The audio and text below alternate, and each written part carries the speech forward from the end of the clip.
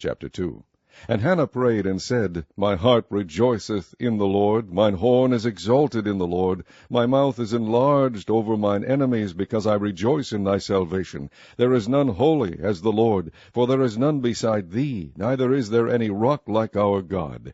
Talk no more so exceeding proudly, let not arrogancy come out of your mouth. For the Lord is a God of knowledge, and by him actions are weighed. The bows of the mighty men are broken, and they that stumbled are girded with strength. They that were full have hired out themselves for bread, and they that were hungry ceased. So that the barren hath borne 7, and she that hath many children is waxed feeble. The Lord killeth, and maketh alive. He bringeth down to the grave, and bringeth up. The Lord maketh poor, and maketh rich. He bringeth low, and lifteth up.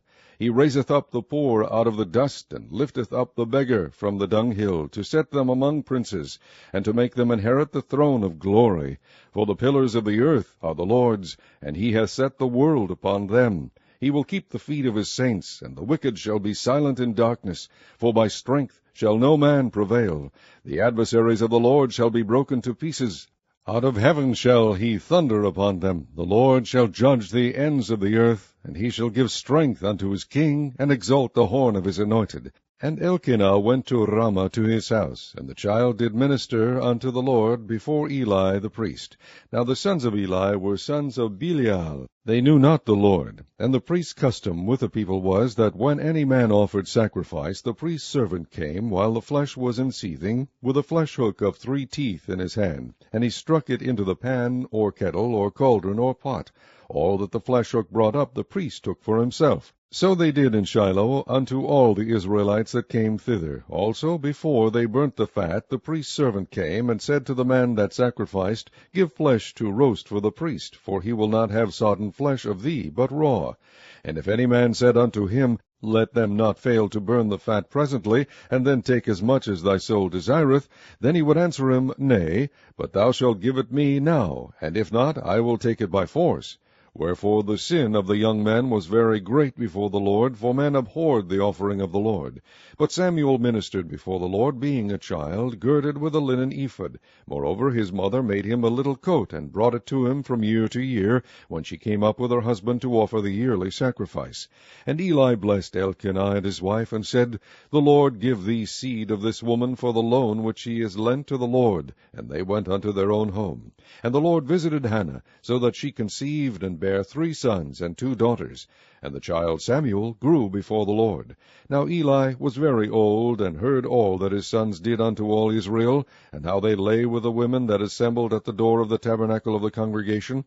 And he said unto them, Why do ye such things? For I hear of your evil dealings by all this people. Nay, my sons, for it is no good report that I hear. Ye make the Lord's people to transgress. If one man sin against another, the judge shall judge him. But if a man sin against the Lord, who shall entreat for him? Notwithstanding they hearkened not unto the voice of their father, because the Lord would slay them. And the child Samuel grew on, and was in favor both with the Lord and also with men. And there came a man of God unto Eli, and said unto him, Thus saith the Lord, Did I plainly appear unto the house of thy father, when they were in Egypt in Pharaoh's house?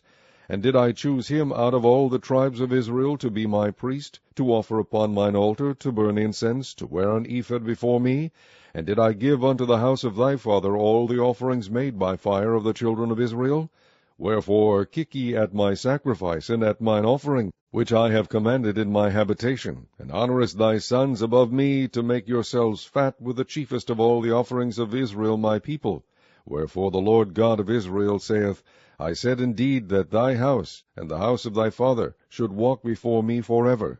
But now the Lord saith, Be it far from me, for them that honour me I will honour, and they that despise me shall be lightly esteemed. Behold, the days come that I will cut off thine arm, and the arm of thy father's house, that there shall not be an old man in thine house. And thou shalt see an enemy in my habitation, in all the wealth which God shall give Israel. And there shall not be an old man in thine house forever. And the man of thine, whom I shall not cut off from mine altar, shall be to consume thine eyes, and to grieve thine heart, and all the increase of thine house shall die in the flower of their age. And this shall be a sign unto thee, that shall come upon thy 2 sons, on Hophni and Phinehas. In one day they shall die both of them. And I will raise me up a faithful priest, that shall do according to that which is in mine heart and in my mind. And I will build him a sure house, and he shall walk before mine anointed for ever.